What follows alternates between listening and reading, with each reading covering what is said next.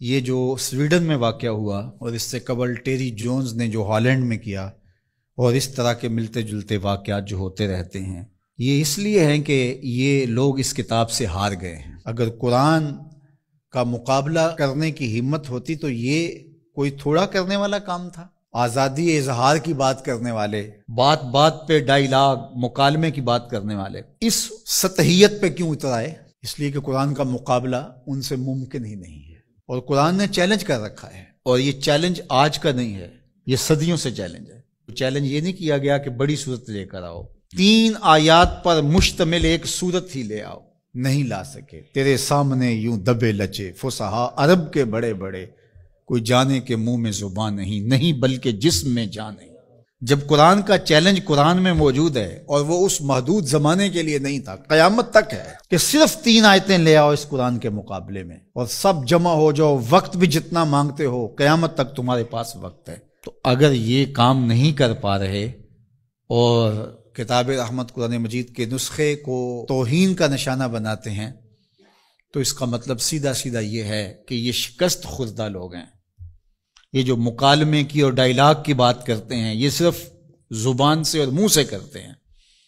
آزادی اظہار کی بات کرتے ہیں تو 1450 سال قبل کی کتاب کو برداشت نہیں کر رہے، تو آزادی اظہار کس کا نام ہے پھر تمہارا؟ تو یہ شکست خوردہ لوگ ہیں، قرآن سے شکست کھا گئے، اور انہوں نے ان اپنی حرکتوں سے بتایا ہے کہ ہم قرآن کا مقابلہ نہیں کر سکتے۔ جب دلیلیں ختم ہو تو گالیاں دی جاتی ہیں، جب بات کرنا نہ آئے تو گریبان کو کوئی پکڑتا ہے۔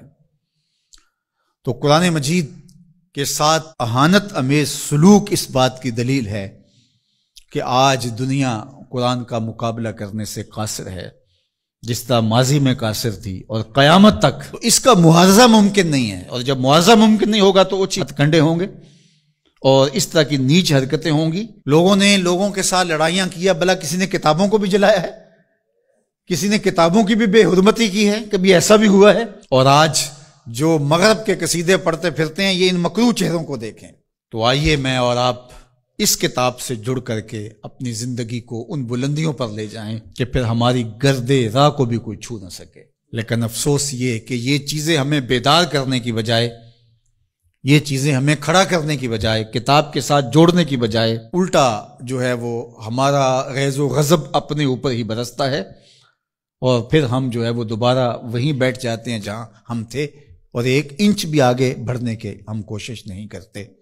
یہ واقعات امتوں کو کھڑا کر دیتے ہیں۔ آپ تاریخ پڑھیں، چھوٹے چھوٹے واقعات سے قومیں کھڑی ہو جاتی ہیں، لیکن قوم ہو تو کھڑی ہوگی نا، اور جب قوم ہی نہیں ہوگی تو قیامت بھی ٹوٹ جائے تو کوئی فرق نہیں پڑتا۔ اقبال نے کہا تھا، جس سے تعمیر ہو آدم کی، یہ وہ گل ہی نہیں۔ اس مٹی سے پھر کچھ بھی نہیں بنے گا، یہ مٹی کی مٹی رہے گی، تودا رہے گا ریت کا، کچھ بھی نہیں بنے گا۔ قیامتیں گزر جائیں تو کچھ نہیں ہوتا۔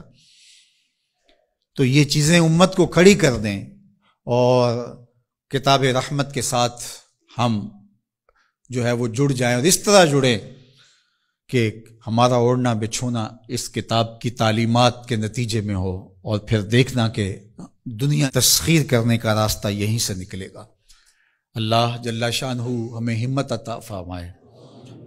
اگرچہ ہمارا دل بہت دکھا ہے اس معاملے کے اندر، اور اس وقت پے در پے ایسے واقعات ہوتے ہیں کہ ہمارا دل زخمی ہوتا ہے، لیکن ہم اس کا کیا کر سکتے ہیں جب تک ہمارے پاس قوت نہیں ہوگی، شوکت اور حشمت نہیں ہوگی۔ مغلوب قومیں سوائے پیچ و تاب کے اور کیا کر سکتی ہیں؟ غالب قومیں جو ہیں وہ فیصلے کرتی ہیں، اور فیصلے ہی نتیجہ خیز ہوتے ہیں۔ تو جب تک ہم قوم نہیں بنیں گے، امت نہیں بنیں گے، اس وقت جو ہے وہ ہم اسی صورتحال میں رہیں گے، اور ہمارا وجود جس طرح زخمی ہے، تشتت کی وجہ سے جسم زخمی ہے امت کا، کہ ہم 72-73 گروہوں میں بٹے ہوئے ہیں، اور دشمن اس پہ بہت خوش ہے، اس لیے کہ اس سے اس کو فائدہ پہنچ رہا ہے، اور ہم آپس میں الجھ کر کے اپنی طاقت کو ایک دوسرے کے اوپر ضائع کر رہے ہیں۔ دوسری جانب ہم جغرافیائی تقسیمات پر یقین اس قدر پختہ رکھ لیا ہے، جو ایک مغرب کی سازش تھی۔ جب سلطنت عثمانیہ ٹوٹی تھی، عرب ممالک کو ٹکڑیوں میں بانٹ دیا گیا، اور باقی ممالک کو، جو ایک وحدت تھی امت کی، اس کو تقسیم کر دیا گیا، اور یورپ یونین 27 ممالک کے اوپر خلافت سے تصور دے کے دوبارہ جڑ جاتے ہیں۔ وہ بکھرے ہوئے جڑ کر کے اپنا مشترکہ دفاع، مشترکہ کرنسی اور یہ ساری چیزیں بنا کے، تو وہ باقاعدہ 27 ملک جڑ جاتے ہیں، 50 ریاستیں امریکہ کی ہیں جو جڑی ہوئی ہے اور ایک وحدت ہے۔ تو امت مسلمہ کو ٹکڑے ٹکڑے کر دیا۔ اور آج دیکھیے کہ ان ملکوں کی باہم لڑائی سے شام کا کیا حال ہو رہا ہے اور یمن کا کیا حال ہو رہا ہے۔ بلکتے ہوئے یتیموں کے آنسو پوچھنے والا کوئی نہیں ہے، سب کو اپنے مفادات سے غرض ہے۔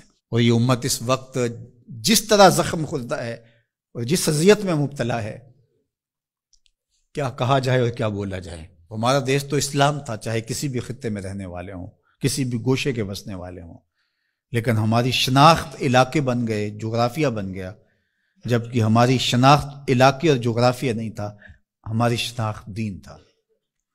ہم سب سے پہلے مسلمان تھے۔